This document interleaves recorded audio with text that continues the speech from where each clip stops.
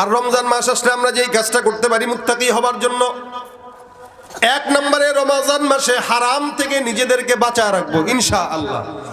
কি করব? হারাম থেকে বাঁচায় রাখবো।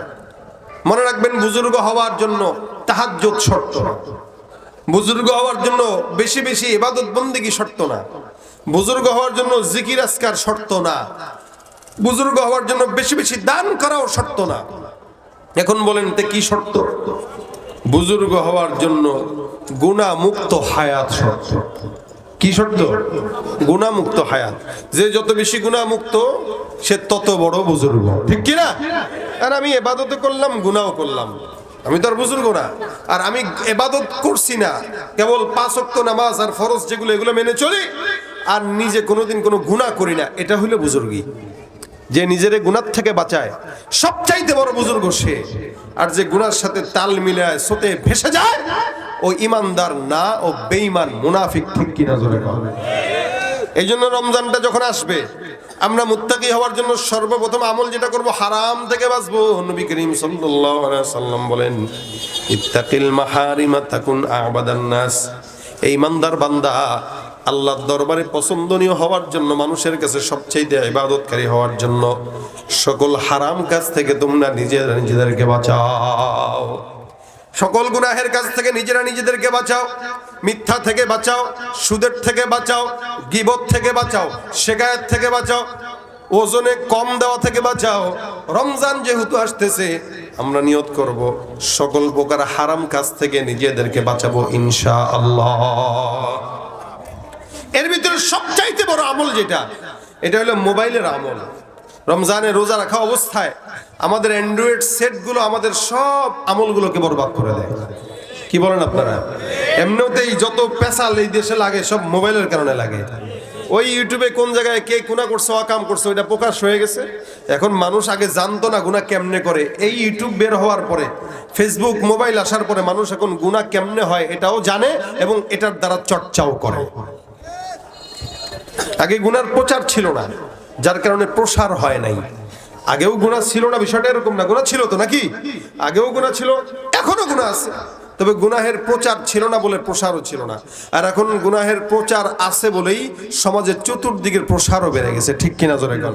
প্রসার বাড়ার পর থেকে ছোট ছেলে আর মুরব্বী মহিলার সঙ্গে এখন প্রেম বাড়া শুরু হয়ে গেছে, আর ছোট মেয়ে বুড়া খাটাসের সঙ্গে প্রেম প্রীতিও বাড়া শুরু হয়ে গেছে। দেবর ভাবির প্রেম, শালি দুলা ভাইয়ের প্রেম আছে না নাই? এর প্রচার হচ্ছে যে শালির পিছনে দুলাভাই পাগল, এই দুলাভাই শালি নিয়ে ভেগেছে। অথবা ওই কোন একটা মুরব্বীর জন্য কোন একটা জোয়ান পাগল ভেগে চলে গেছে। এগুলো এখন ইউটিউব, ফেসবুকে যারা কন্টেন্ট ক্রিয়েটর, এদের খোরাক। এই খোরাক হওয়ার কারণে প্রচারটা হচ্ছে, আর প্রচার হওয়ার কারণে প্রসার বাড়তেছে। এই কারণে জামানা যত সামনের দিকে যাচ্ছে তত গুনাহের দিকে আগাচ্ছে। এই জন্য গুনাহের প্রচার করতে নাই। রমজান আসলে মোবাইল থেকে বেঁচে থাকবো ইনশাআল্লাহ। এই মোবাইল আমাদের রোজাকে নষ্ট করে দেয়। কিভাবে? রোজা রাখা অবস্থায় মনে করেন মোবাইলে ঢুকছে, একটু দেখি না আজকে কি হয়েছে দেশে, এই দেখতে যায় মোবাইলে ঢুকছে। এখন কিছুক্ষণ পরপর খালি এক ভিডিওর পর আরেক ভিডিওতে, এক ভিডিওর পর আরেক ভিডিওতে ঢুকতে নিজেও জানে না কয় ঘন্টা হয়ে গেছে। কোরআন তেলাওয়াত করতে দিবেন, 10 মিনিট তেলাওয়ার পরে কয় ভাই 1 ঘন্টা হয়ে গেছে। কি এর বেটা 10 মিনিট করলি? করে না মিয়া, কখন থেকে করতেছি, এখনো 10 মিনিট। আরে আম্মাই কইছে 20 মিনিট করা লাগবে, আরো 10 মিনিট বাকি। আর মোবাইলটা হাতে ধরায় দেন, ঘন্টার পর ঘন্টা চালাইতে থাকবে। যদি গায়ে মোবাইল রাখোস না, মিয়া কতক্ষণ চালাইছি, মাত্রই না ধরলাম। কি ঠিক না? তো মাত্রই না ধরলাম। সারা রাত ইবাদত বন্দেগীর তো খবরই নাই। মোবাইল চালাইতে চালাইতে ফজর হয়ে যায়। যদি কিরে এখনো চালাস, দূর মেয়ে একটু আগেই না ধরলাম। এই হলো হাল। এ কারণে রমজানে আমরা আমাদের ইউটিউব, ফেসবুক, টিকটক এছাড়া যতগুলো অ্যান্ড্রয়েড সেটের আসবাব আছে, একটা জিনিসও রমজানের রোজা হালতে আমরা আমাদের কাছে রাখবো না। যত দূরও পারি এগুলোর থেকে নিজেদেরকে বাঁচায় রাখবো ইনশাআল্লাহ। ইনশাআল্লাহ নিয়ত যদি করেন তাহলে না আল্লাহ কবুল করবে। নিয়তই করলেন না, কবুল হবে কেমন? আপনি রোজা রাখলেন, রোজা রাখা অবস্থায় যদি হারাম বেগানার দিকে তাকান, বলেন তো এই রোজা রাখার কোনো মানে হয়? খালি না খেয়েই থাকবেন, এছাড়া কোনো ফায়দা নেই। 2 নাম্বার, রমজান আমরা কি করতে পারি? আমরা রমজান আসার আগেই একটা সময় সূচি করতে পারি, যেই সময় সূচিতে আমরা লিখবো যে রমজান কিভাবে কাটাবো। সাহারি করব সুন্দর করে, সাহারির পরে মসজিদে যে নামাজ পড়বো জামাতের সাথে, আর সাহারি করব, সাহারি ছাড়া কেউ কোনো রোজা রাখবো না। আমাদের অনেক ভাইরা আছে বেটাগিরি দেখায় যে ভাই আমার খাওয়া লাগে না, আমি না খেয়ে রোজা রাখি, আমার অনেক শক্তি। রাসূল বলেন তাসাহারু, তোমরা সাহারি করো, এটা সুন্নাত।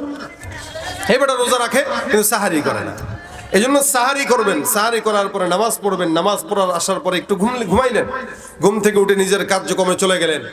জোহরের পরে বা আগে একটু সময় নিয়ে 10 মিনিট বা 15 মিনিট কোরআন তেলাওয়াত করেন। এটা আপনার লিস্টে সময়সূচি লিখে দেন। জোহর থেকে আসর পর্যন্ত সময়টা কাজের অবস্থা বিবেচনা করে কখনো জিকির, কখনো আস্তাগফিরুল্লাহ, কখনো দুরূদ শরীফের আমল করেন। আসরের পরে বাসায় এসে নিজের মায়ের সাথে অথবা বোনের সাথে অথবা বিবির সাথে ইফতার আইটেম বানানোর কাজে সহযোগিতা করেন। কারণ আমাদের মা বোনরা একা একা ইফতার বানায়, বানাতে বানাতে মাগরিবের আজান হয়ে যায়। আপনার সামনে ইফতার গোছাইতে দিতে দিতে সে ইফতার গ্রহণ করার সময় পায় না, সে কোনো মতো পানি খেয়ে নামাজে দাঁড়া যায়। এই জন্য ইফতারের কাজে নিজের ঘরের বিবিকে সহায়তা করেন, মাকে সহায়তা করেন, এতে সওয়াব হয়। একসাথে সবাই মিলে যখন কাজ করবেন ইফতার আইটেমটা অনেক আগেই হয়ে যাবে। এবার ইফতারটা নিয়ে সবার সঙ্গে বসেন, পরিবারের মা বাবা সন্তান বিবি বাচ্চা সবাইকে নিয়ে বসেন। বসার পরে এবার বলেন যে চলো আমরা আল্লাহর দরবারে একটু দোয়া করি। রাসূল বলেন এই সময়ের দোয়া আল্লাহ পাক কবুল করে নেয়। এই জন্য নবী বলেন লিসসাইমি ফারহাতান, রোজাদারদের জন্য 2টা খুশির সংবাদ। 1 নাম্বার, রোজাদাররা ইফতার যখন সামনে নিয়ে বসে তখন রোজাদারের অন্তরে আল্লাহ পাক খুশি দান করেন। আর 2 নাম্বার, কিয়ামতের ময়দানে আল্লাহ পাক রব্বুল আলামিন প্রত্যেকটা রোজাদারকে নিজে হাতে করে বান্দাকে পুরস্কার দান করবে। ওটাই থাকবে বান্দার জন্য সর্বশ্রেষ্ঠ উপহার। আল্লাহ কয় আসসামুলি ওয়া আনা আজিবি, রোজা এটা আমার জন্য করো, তোমরা আমার জন্যই না খেয়ে থাকো, সুতরাং এটার প্রতিদান আমি আমার নিজের হাতে দান করব। তাহলে রমজান মাস আসলে মোবাইল থেকে দূরে থাকবো ইনশাআল্লাহ, বলেন ইনশাআল্লাহ। 2 নাম্বার আমরা একটা কাজ করব, সেটা হলো রোজার মাস আসলে দান সদকা বেশি বেশি বাড়ায় দেব। রাসূল সাল্লাল্লাহু আলাইহি ওয়াসাল্লাম রমজানে বাতাসের বেগে দান করতেন, কারণ অন্য সময় 1 টাকা দান করলে 1 টাকার সওয়াব, আর রমজানে 1 টাকা দান করলে 70 টাকার সওয়াব। এজন্য প্রতিদিন কমাস কম 100 টাকা করে দান করেন প্রতিদিন, অথবা কোনো একটা ভাইকে ইফতারি করান। রাস্তায় বের হবেন, বাসার থেকে 1টা খেজুর, 2টা খেজুর, 2টা আলুর চপ, 2টা পেঁয়াজ, একটু বুট, একটু ফল নিয়ে রাস্তায় প্রতিদিন একজনকে দেওয়ার উদ্দেশ্যে বের হন। একজনকে।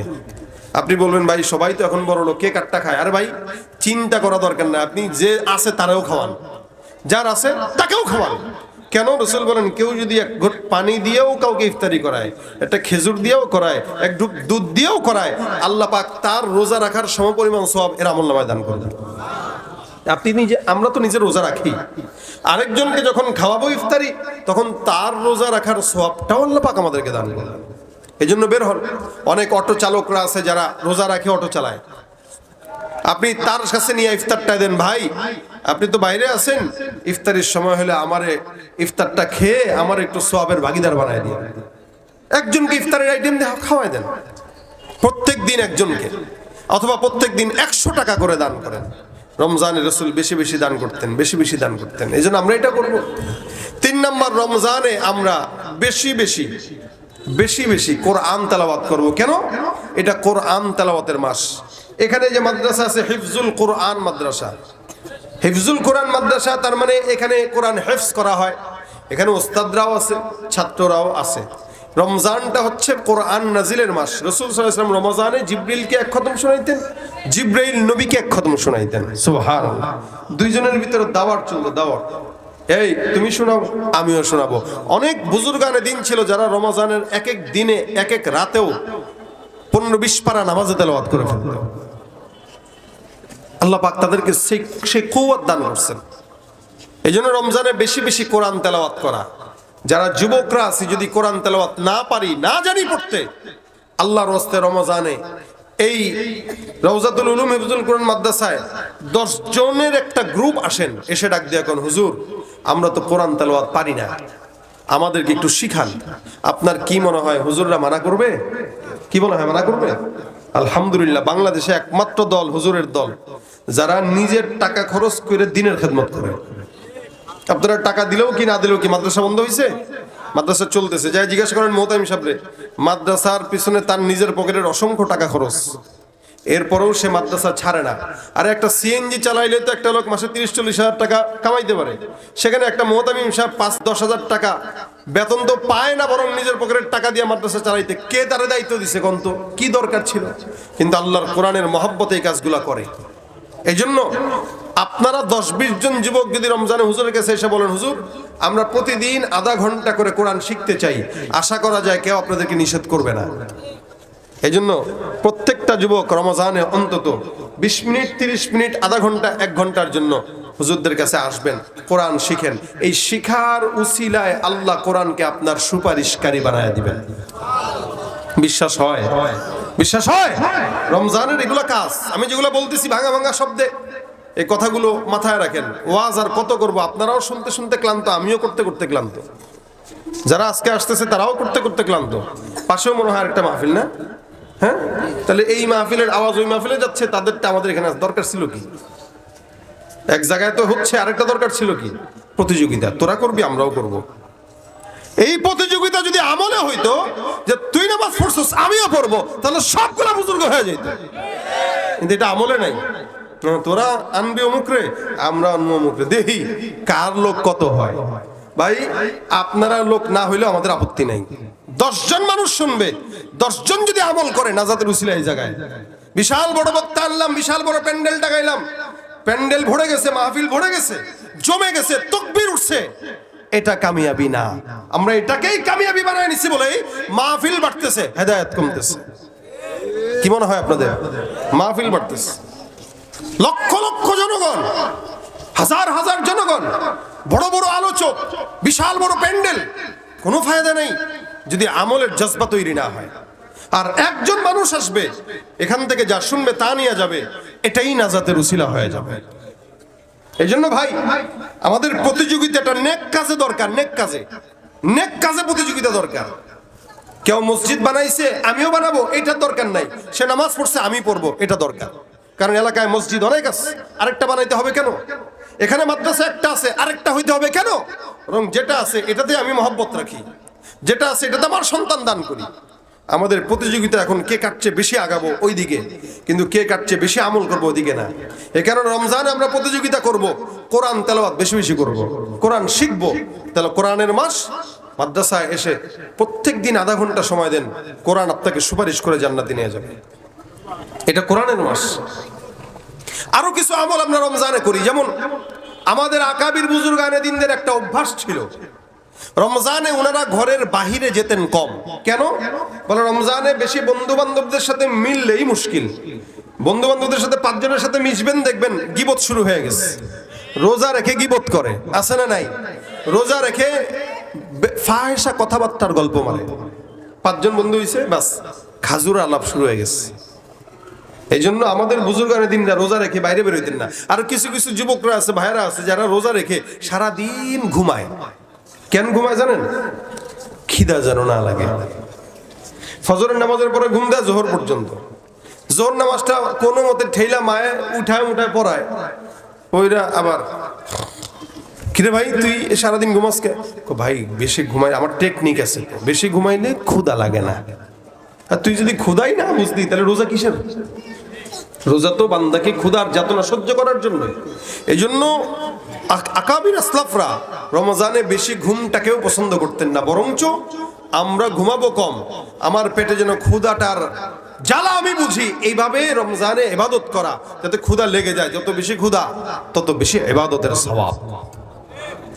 এই জন্য রোজার মাসে আমরা ঘুমাবও না এবং বন্ধু বান্ধবদের সঙ্গে বাজে আড্ডাতে সময় দেবও না।